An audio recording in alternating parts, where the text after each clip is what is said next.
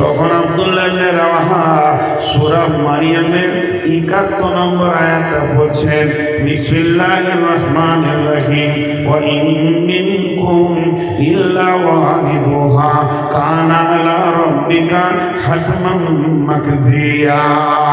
আয়াতটা শেষ হয়ে গেল, আবার ঘুরিয়ে পড়ছেন, আবার ঘুরিয়ে পড়ছেন, আবার ঘুরিয়ে পড়ছেন, ওয়া ইন মিনকুম ইল্লা ওয়ারিদুহা কানা আলা রাব্বিকা হাতমান মাকদিয়া। আব্দুল্লাহ ইবনে রাওয়াহা বলছেন, বিবি রে, এই আয়াত থেকে আল্লাহ কি বলছে তুমি কি বুঝতে পারছো না? আমাদের রব বলছেন, ওরে পৃথিবীর মানুষ, তুমি ধনী হও চাই গরিব হও, তুমি নেককার হও চাই বদকার হও, নামাজি হও চাই বেঈমান হও, ঈমানদার চাই হও তুমি ঈমানদার না হও, তাহাজ্জুদ পড়নে ওয়ালা হও চাই তাস খেলনে ওয়ালা হও, তুমি যে পর্যায়ের মানুষ হবে হও না কেন, তোমাকে কিয়ামতের ময়দানে পুলসিরাতে পা দিতেই হবে। এটাই পুলসিরাটাই এমন একটা জায়গা, এটা আমার নবীকেও আমি মাফ করিনি, আমার নবীকেও পুলসিরাতে পা দিতে হবে, তবেই সে জান্নাতের চৌকাটা পাবে, জান্নাতের গেট পাবে। এই পুলসিরাটা পৃথিবীর 100 মানুষের জন্য অজীব করা হয়েছে, একজনের জন্য মাপ নাই। বিনা হিসাবেও জান্নাতে গেলে তাকে পুলসিরাতের উপর দিয়ে যেতে হবে রে।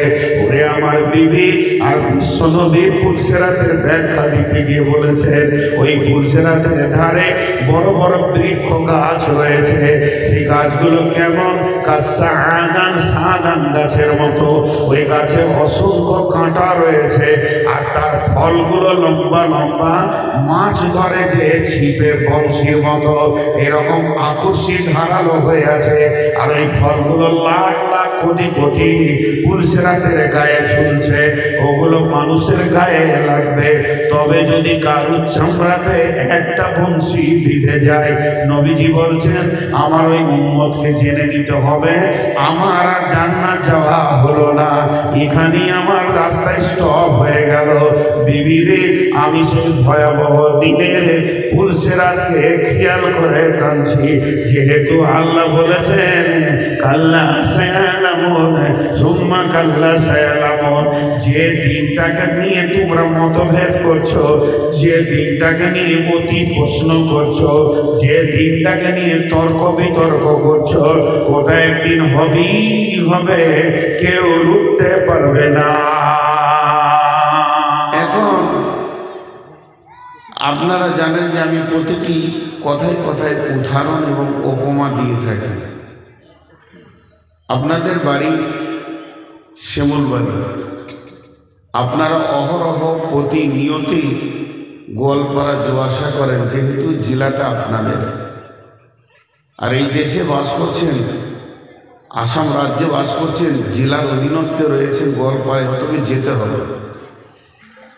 তো এই রাস্তাটার ভিতরে যদি রাত 10টার পর কেউ সফর করে, কোন কোন জায়গাটা কঠিন, কোন কোন জায়গাটা ভয়াবহ, কোন কোন জায়গাতে বিপদের আশঙ্কা আছে, কোন কোন জায়গাতে বিপদ হতে পারে, এটা আপনারা জানবেন, কারণ আপনারা এখানে বাস করছেন। আমি পশ্চিমবঙ্গের মানুষ, আমার জেলার নাম বর্ধমান, তো আমার বাড়ি থেকে আমার জেলা 55 কিলোমিটার। কোন কোন জায়গাতে রাতে বিপদ আছে, কোন কোন জায়গাতে সন্দেহ আছে, এটা আমি জানি। তেমনি আমরা বাস করছি পৃথিবীতে, এটা বাসস্থান নয়। ये जगह रहने की जगह नहीं है, ये जगह रहने का होता तो कोई मरता नहीं, सभी रह जाता। ये जगह आना है जाने के लिए। আমাদের আসল জায়গার নাম হলো জান্নাত, জাহান্নাম কিন্তু আমাদের জায়গা নয়, এটা শাস্তির জায়গা, জেলখানা। তো এই পৃথিবী থেকে জান্নাত যেতে গেলে কোন কোন জায়গাটা বড় বিপদ, কোন কোন জায়গাটা বড় টেনশন, কোন কোন জায়গাটা বড় সন্দেহ আছে যে এই জায়গাগুলো বিপদ ঘটতে পারে, সেটা বিশ্বনবী বলে চলে গেছেন এবং আল্লাহ কালাম পাকের মধ্যেও বলে দিয়েছেন। তার মধ্যে মোটামুটি একটা দুটো জায়গা আপনাদেরকে বলি। প্রথম হচ্ছে মওতের সময় একটা কঠিন জায়গা। দ্বিতীয় হচ্ছে কবরে যখন মাইয়তকে রাখা হবে, ইদা ওয়াদিয়াল মাইয়িত ফিল কবরে আতাহু মালাকান ফায়াকুলান মান রাব্বুকা মা দীনুকা মান নাবিয়ুকা, এটা একটা কঠিন জায়গা। 3 নম্বর অনুফিকা ফিস সূরি ফাসাইকা মান ফিস সামাওয়াতি ওয়া মান ফিল আরদি, কিয়ামত একটা কঠিন জায়গা। কিয়ামতের ভিতরে রাসূলুল্লাহ সাল্লাল্লাহু আলাইহি ওয়াসাল্লাম বলেছেন আরো কঠিন হলো 3টি জায়গা। একটা হলো পুলসেরাতকে যখন মানে জাহান্নামের উপরে রাখা হবে, যখন দাঁড়িপাল্লাতে ওজন করা হবে নেকি বদি, এবং ডান হাতে বাঁ হাতে সার্টিফিকেট দেওয়া হবে। আর সর্বোপরি সব থেকে কঠিন হচ্ছে পুলসেরাত। আর এই জায়গাগুলো যখন আপনি আমি পার হয়ে যাব, তখন আর আমাদের টেনশন নাই, আমরা টেনশন মুক্ত। আমরা নিজের জায়গা, নিজের ঘরে, নিজের আসল বাসস্থানে পৌঁছে গেছি, যে জায়গাতে আজরাইল আর কোনোদিন যাবে না, মওতও পৌঁছাবে না। আবাদান আবাদান আবাদান জিন্দেগি বেঁচেই থাকবে, রোগ থাকবে না, সুস্থতা থাকবে, টেনশন থাকবে না, টেনশন মুক্ত থাকবে। তাহলে এই জায়গাগুলোকে আপনাকে আমাকে পার হতে হবে। কয়েকটি কথা বললাম, ভাবিয়েন না যে হাদিস কোরআনের বাইরে বলেছি। এখন সব থেকে কঠিন কোনটা? সব থেকে কঠিন কোনটা? এখানে বেশ কটা ব্রেন আমাদের বসে আছে। একজন বলছে রেল দুর্ঘটনাটা 22 সালে যেটা হলো এটা সব থেকে ভয়াবহ। আরেকজন এসে বলছে না, ওর থেকে ভয়াবহ নেপালে যে বিমানটা পড়ে গেল। আরেকজন বলছে না, এর থেকে কঠিন হচ্ছে টাইটানিকটা যে সমুদ্রে ডুবে গেল। তাহলে আমাদের মাথা বিভিন্ন বিপদকে বিভিন্ন রকম করে দেখছে। এটা আমার ব্রেন, এটা ওনার ব্রেন, ওটা আর কারো ব্রেন, ওটা আর কারো ব্রেন। কিন্তু আমার আল্লাহ বলছে সব থেকে কঠিন জায়গা কোনটা? সব থেকে কঠিন জায়গা হচ্ছে কাল্লা সায়ালামুন সুম্মা কাল্লা সায়ালামুন। এটা আল্লাহর কাছে। তোরা একদিন জানতে পারবি, নিশ্চয়ই তোরা একদিন জানতে পারবি। সেই ভয়াবহ দিনের নাম হচ্ছে কিয়ামত। সেই ভয়াবহ দিনের নাম কিয়ামত। সকলে একবার মহব্বতের সঙ্গে মুখ খুলি, সেই ভয়াবহ দিনের নাম কিয়ামত। কেন বললেন আল্লাহ? আপনার আমার ব্রেন ফেল, আল্লাহ যেটা বলেছেন ওটাই ঠিক। কেন? কেন? ওটা সব থেকে বড় কঠিন।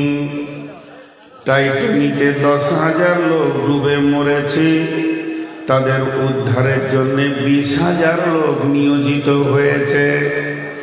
রেল দুর্ঘটনায় আপনার কিনা 2,000 লোক মরেছে, তাদের ব্যবস্থাপনার জন্য 5,000 লোক ব্যবস্থা নিয়েছে। বিমান দুর্ঘটনায় 100 জন মারা গেছে, 5,000 লোক তার ব্যবস্থার জন্য দরাদরি করছে।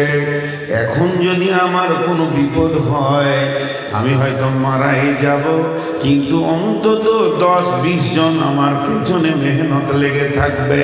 কিন্তু আমার আল্লাহ বলছেন কিয়ামতটা এত কঠিন দিন, সবাই নিজে নিজে ব্যস্ত হয়ে যাবে, আর একজনের জন্য আর একজনে সাহায্যের হাত বাড়াবে না। এত বড় পেরেশানি হবে। হাদিসের মধ্যে এসেছেন নবী ইব্রাহিম, যাকে আল্লাহর খলিল বলা হয়েছে, যাকে আল্লাহ এত ভালোবাসেন, নিজের কাবার ভিতরে তাকে জায়গা দিয়েছেন। কাবা শরীফের পূর্ব গায়ে জায়গা জায়গাটা ইব্রাহিমের জায়গা, মাকাম ইব্রাহিম। ওই জায়গাটা যে আল্লাহ ইব্রাহিমকে কেন দিয়েছেন? অত্যাধিক প্রেমের উপরে দিয়েছেন। এবং কোরআনে বলেছেন ফীহি আয়াতুম মাকাম ইব্রাহিম, আমার কাবার পাশে ইব্রাহিমের পদচিহ্নকে আজও রেখে দিয়েছি, তার জায়গা রেখে দিয়েছি। তার মানে জেনে নেন আমার রবের সঙ্গে ইব্রাহিমের অদত প্রেম ভালোবাসা কত ছিল, যে আল্লাহ তার ঘরের পাশে ইব্রাহিমকে জায়গা দিল।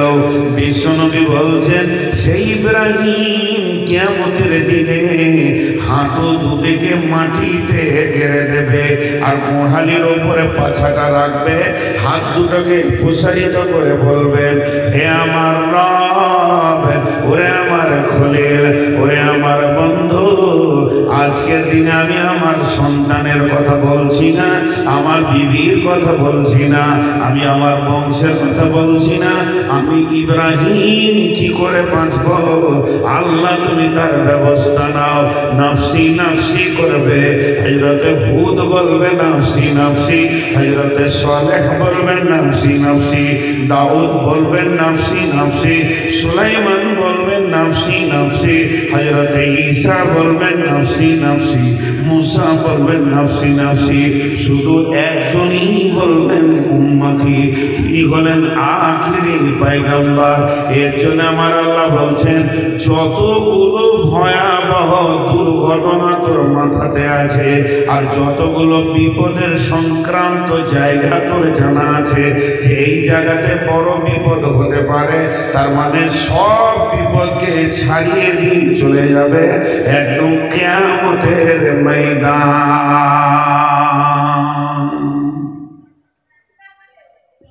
এর থেকে বড় বিপদ আর নেই। আসামের মাই যেখানে পছন্দ হয় না, আল্লাহ জানে, এর থেকে বড় বিপদ আর নাই।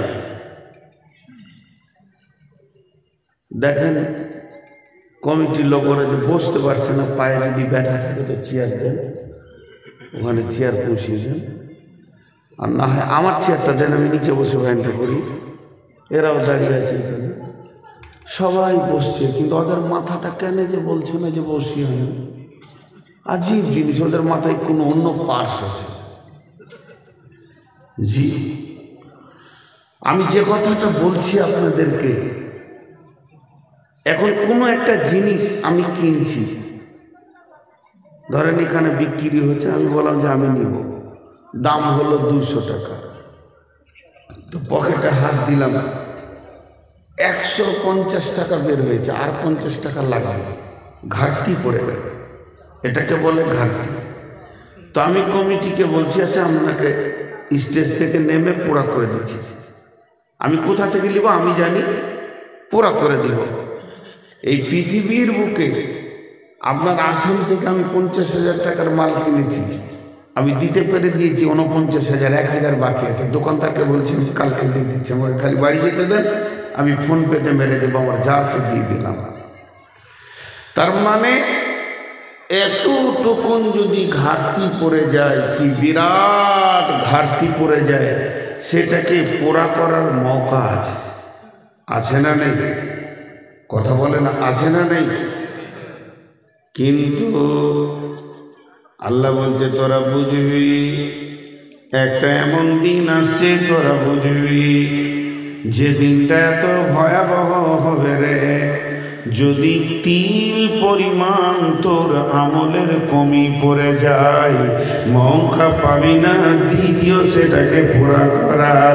একটা সাজদা করে দি, একটা সুবহানাল্লাহ বলে দি, ওইটা পুরা হয়ে যাবে।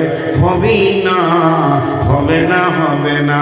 কাল্লা সায়ালামুন সুম্মা কাল্লা সায়ালামুন, ওই দিনটা এত ভয়াবহ হবে, তোরা জানবি তো জানবি, একদিন তোরা বুঝবি। আমি আপনাদের টেনশন বাড়াতেই রয়েছি। কাফেররা এসে রাসূলুল্লাহ সাল্লাল্লাহু আলাইহি ওয়াসাল্লামকে উল্টা পাল্টি প্রশ্ন, একটা মানুষকে যদি উল্টা পাল্টি প্রশ্ন করা হয় তো একটা কথা দুবার বলে দেবে। যখন কোনো উকিল এসপি আসামিকে প্রশ্ন করে তুমি মানে ছিলে না ছিলাম না, ও তাহলে সেই সময় বিকালে দিকে গিয়েছিলে, যদি একবার হ্যাঁ বলে দেয় তুমি ছিলাম না বলে আবার হ্যাঁ বলছো, উল্টা পাল্টি উল্টা পাল্টি উল্টা পাল্টি। তো সব থেকে বেশি উল্টা পাল্টি প্রশ্ন কাকে করেছে? রাসূলুল্লাহ সাল্লাল্লাহু আলাইহি ওয়াসাল্লামকে করেছে। কারা করেছে? কারা করেছে? আলিমরা। ভাবিয়েন না যে জাহেলরা করেছে। জাহেলরা আলিমরা রসুলকে অনেক কষ্ট দিয়েছেন। এখন আপনি বলবেন কোরআন তো নাজিল হতে শুরু হলো, হাদিস তো রসুলের জবান থেকে আসতে লাগলো, তো আলিম ছিল কোথায়? বলে ছিল। তার আগেকার কিতাবের তার আলিম ছিল, তৌরাতের আলিম ছিল, জবুরের আলিম ছিল, ইনজিলের আলিম ছিল।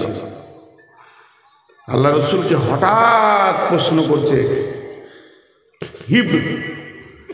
হিব্র বলা হয় পাদ্রীকে, পাদ্রী পোপ। বুখারীর হাদিস, জাল হিবরি ফাসালা রাসূলুল্লাহ সাল্লাল্লাহু আলাইহি ওয়াসাল্লাম। একজন পাদ্রী এসে রসুলকে প্রশ্ন করলেন, হাল তাদরি কাদরুল্লাহ, ও নবী মুহাম্মদ তুমি কি আল্লাহর ক্ষমতা কিছু জানো? কাকে প্রশ্ন করছে দেখেন, নবী মুহাম্মদকে প্রশ্ন করছে তুমি আল্লাহর ক্ষমতা সম্পর্কে জানো?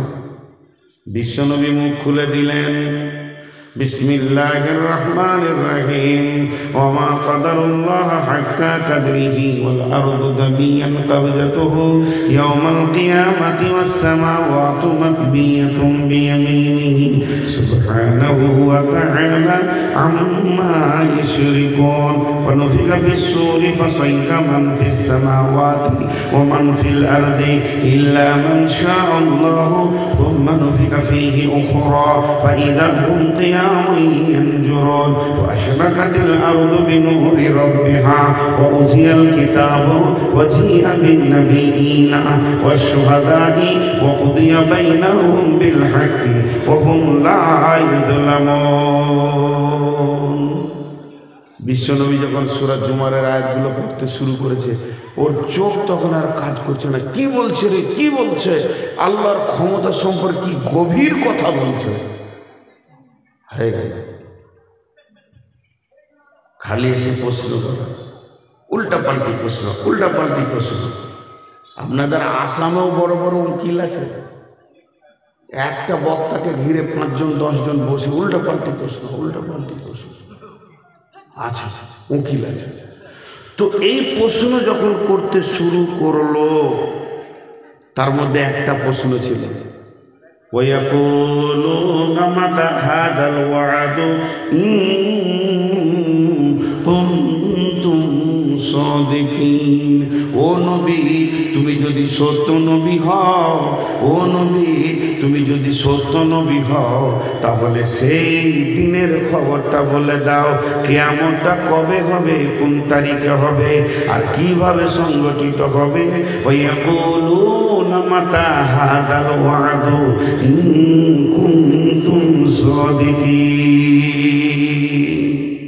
দেখেন প্রশ্ন, বিশ্ব নবীকে প্রশ্ন করছে, আমাদেরকে তো করবেই মানুষ, আখেরি পয়গম্বরকে ছাড়ছে না। তা আল্লাহ রাসূল সহজ করে বলে দিলেন, কুল নবী, আল্লাহ বলেন নবী হে তুমি বলে দাও, ইন্নামাল ইলমু ইনদাল্লাহি ওয়া ইন্নামা আনা নাযীরুম মুবিন। হে সওয়াল করনে ওয়ালা, ও প্রশ্ন করনে ওয়ালা, তোমরা আমাকে প্রশ্ন করছো করো, কিন্তু কবে কিয়ামত হবে এর সম্পূর্ণ জ্ঞানটা, এর সম্পূর্ণ ইলমটা আল্লাহর কাছে রয়েছে। আল্লাহ আমাকে শুধুমাত্র ভয় দেখানেওয়ালা পাঠিয়েছে, আমি তোমাদেরকে ভয় দেখিয়ে দেব, আমার ডিউটিটা শেষ হয়ে যাবে। কিয়ামতটা কবে হবে কে জানে না, আল্লাহ জানে। উত্তর এসেছে, টাকা টাক উত্তর উত্তর এসেছে। জি, কোনো জায়গায় উত্তরের এতটুকু কমই হয়নি, যেমন প্রশ্ন তেমনি উত্তর। তা এই কিয়ামতকে নিয়ে প্রশ্ন শুরু করেছে। আম্মা ইয়াতাসাআলুন,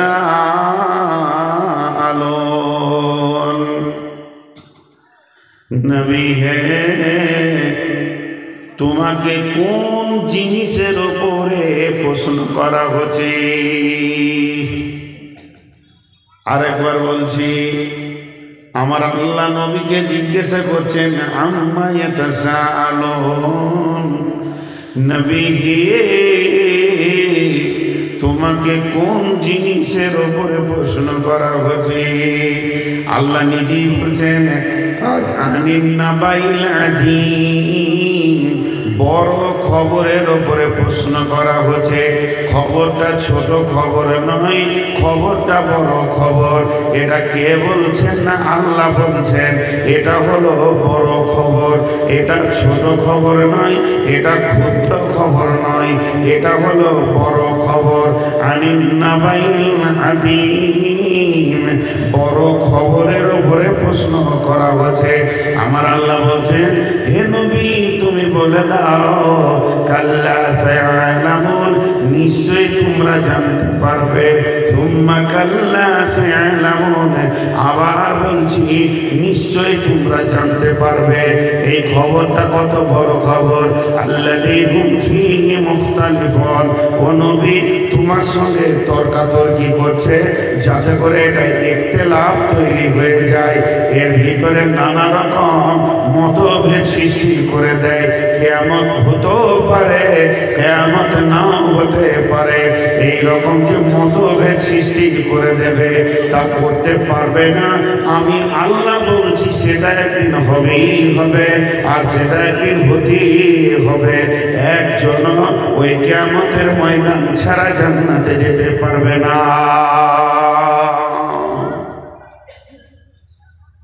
এগুলো আমার বক্তব্যের বিষয় নয়, আমি আমার বিষয়ে চলে এসেছি। আর মাত্র 5টা মিনিট টাইম নেব। চারিদিকে ছিটিয়ে কথা বলছি, একদিকে বলিনি। সেটা হবেই। আমার আল্লাহ বলছেন বলে দাও, ওটা হবে। যে বিষয়টা নিয়ে তোমাকে অত্যাধিক প্রশ্ন করে তোমার ভিতরে মতভেদ সৃষ্টি করছে, সেটা হবেই হবে। সেটা হবে যেদিন, সেদিন বুঝবি যেটা কত কঠিন জিনিস হচ্ছে। জি ভাই, আপনারা একটু ধ্যান দেন, আর মাত্র 5 মিনিট মনোযোগ। আল্লাহ নিজে বলছেন ওটা হলো বড় খবর, নাবাইল আযীম। সাহাবীরা কিয়ামত নিয়ে কত টেনশন করতে জানেন? সাহাবীটার নাম আব্দুল্লাহ ইবনে রাওয়াহা। সাহাবীটার নাম আব্দুল্লাহ ইবনে রাওয়াহা। হাদিসটা বাইহাকি শরীফের হাদিস। আব্দুল্লাহ ইবনে রাওয়াহা তার বিবির জাগে মাথা দিয়ে শুয়ে আছেন। এবার একটা জিনিস ভাবেন, সেও জওয়ান, তার বিবিও জওয়ান, বৃদ্ধা বৃদ্ধ কেউ হয়ে যায়নি।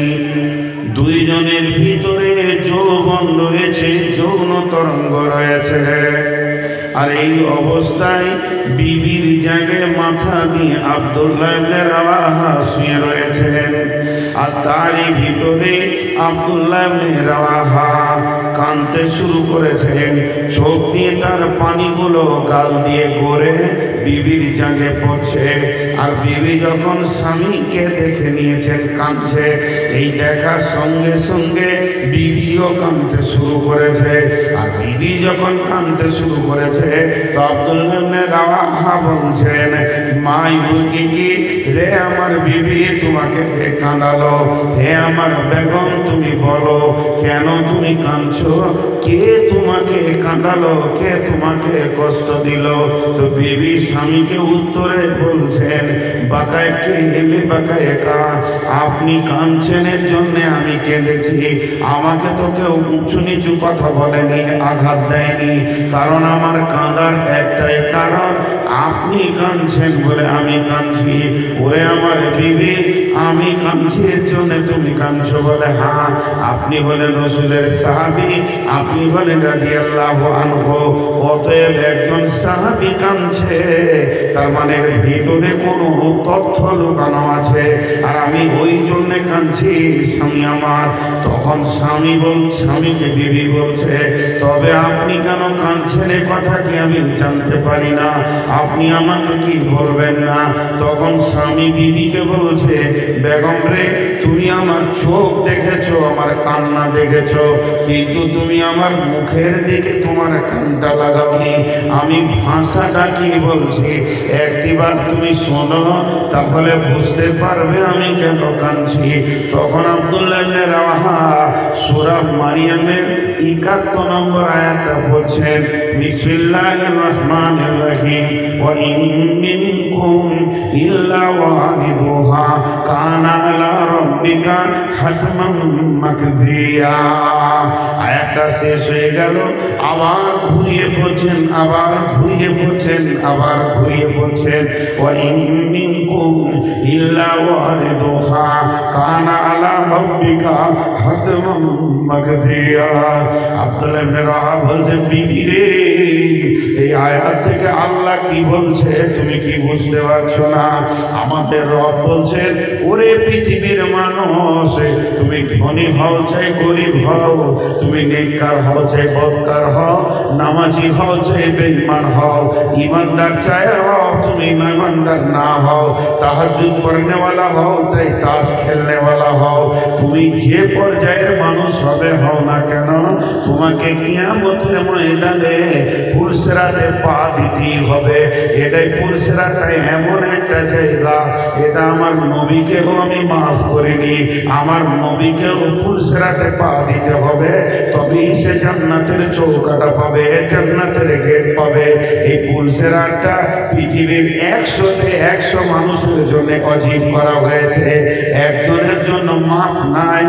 বিনা হিসাবেও জান্নাতে গেলে তাকে পুলসিরাতের উপর দিয়ে যেতে হবে রে। ওরে আমার বিবি, আর বিশ্বনবী পুলসিরাতের ব্যাখ্যা দিতে গিয়ে বলেছেন, ওই পুলসিরাতের ধারে বড় বড় বৃক্ষ গাছ রয়েছে, সেই গাছগুলো কেমন? সাদান গাছের মতো, ওই গাছে অসংখ্য কাঁটা রয়েছে, আর তার ফলগুলো লম্বা লম্বা, মাছ ধরে যে ছিপে বংশীর মতো এরকম আকর্ষী ধারালো হয়ে আছে, আর ওই ফলগুলো লাখ লাখ কোটি কোটি পুলসিরাতের গায়ে ঝুলছে। ওগুলো মানুষের গায়ে লাগবে, তবে যদি কারুর চামড়াতে একটা বংশী বিঁধে যায়, নবীজি বলছেন আমার ওই উম্মতকে জেনে নিতে হবে আমার আর জান্নাত যাওয়া হলো না, এখানেই আমার রাস্তায় স্টপ হয়ে গেল। বিবিরে, আমি সেই ভয়াবহ দিনের পুলসিরাতকে খেয়াল করে কাঁদছি, যেহেতু আল্লাহ বলেছেন কাল্লা সায়ালামুন সুম্মা কাল্লা সায়ালামুন। যে দিনটাকে নিয়ে তোমরা মতভেদ করছো, যে দিনটাকে নিয়ে অতি প্রশ্ন করছো, যে দিনটাকে নিয়ে তর্ক বিতর্ক করছো, ওটা একদিন হবেই হবে, কেউ রুখতে পারবে না।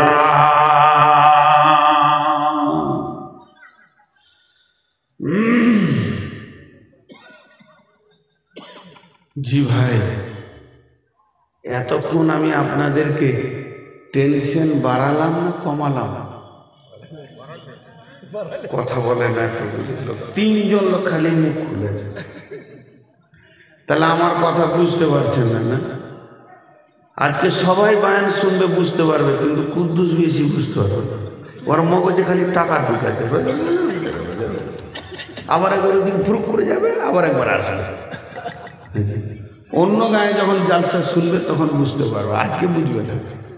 আমি আপনাদের টেনশন বাড়ালাম না কমালাম? বাড়ালাম। অথচ আল্লাহ বলেছেন লা তাহজান ইন্নাল্লাহা মা'ানা, চিন্তা করিস না, আমি তোদের সঙ্গে থাকবো। তো কমে গেল টেনশন। একজন খালি যদি সাথে থাকে সব ক্লিয়ার, জি, একটা আমাদের সম্মিলন ছিল জমিয়তের বিরাট সম্মিলন, আর আমার শাশুড়ি মা মুমূর্ষু অবস্থায় মুখে পানি দিচ্ছি, ক্যান্সারের রোগী। তো ওই দিক থেকে বারবার ফোন আসছে, আপনাকে আসতেই হবে, এত বড় প্রোগ্রাম যদি আপনি না আসেন, এলাকার মানুষ। তা আমি হালকা করে জিজ্ঞেস করলাম, আম্মু যাবো? তো যে বাবা তুমি আমার কাছে থেকে কি লাভ করবে? আমি যদি মরেও যাই, আমার আল্লাহ থাকলেই যথেষ্ট, তুমি থেকে আমার কি উপকার করবে? চলে যাবো, আল্লাহ দিনের কাজে চলে যাবো। বেরিয়ে গেলাম, কিছুক্ষণের পর মওত হয়ে গেল। তো আমাদের সঙ্গে আল্লাহ থাকলে কিছুই অসুবিধা নেই। সূরা তওবাতে একটা আয়াত আছে, যে আয়াতটা এত মজার আয়াত আল্লাহ দিয়েছেন, আল্লাযীনা আমানু ওয়া হাজারু ওয়া জাহাদু ফি সাবিলিল্লাহি বিআমওয়ালিহিম ওয়া আনফুসিহিম। কারো জিন্দেগিতে যদি 5টা আমল থাকে, কারো জিন্দেগিতে যদি 5টা আমল থাকে, আল্লাহ বলেছেন আ'যামু দারাজাতান ইনদাল্লাহি ওয়া উলাইকা হুমুল ফাইজুন। তারা আল্লাহর কাছে সম্মান বেড়ে যাবে। আর যতগুলো মরা থেকে নিয়ে জান্নাত পর্যন্ত টেনশনের জায়গা আছে, সবগুলো তার ক্লিয়ার হয়ে যাবে। আল্লাহ সূরা তওবা বলছে 5টা আমল পৃথিবীতে এমন আছে, কত সুন্দর। আমি একটা উদাহরণ দিই, কেমন জানেন? পৃথিবীতে যত গাড়ি আছে, লাল সিগন্যাল থাকলে পেরোতে পারবে? পারবে? কোনো গাড়ি পারবে না। অ্যাম্বুলেন্স পারবে না। তো ও হলো অ্যাম্বুলেন্সের যাত্রী। কিয়ামত, হাসর সব টাই করে জান্নাতে চলে যাবে, আল্লাহ নিজে বলছেন। তো অতএব আমরা, কিয়ামতটা হচ্ছে সব থেকে বড় কঠিন জায়গা। কিয়ামতের কোনো নিয়ামত পাওয়া যাবে?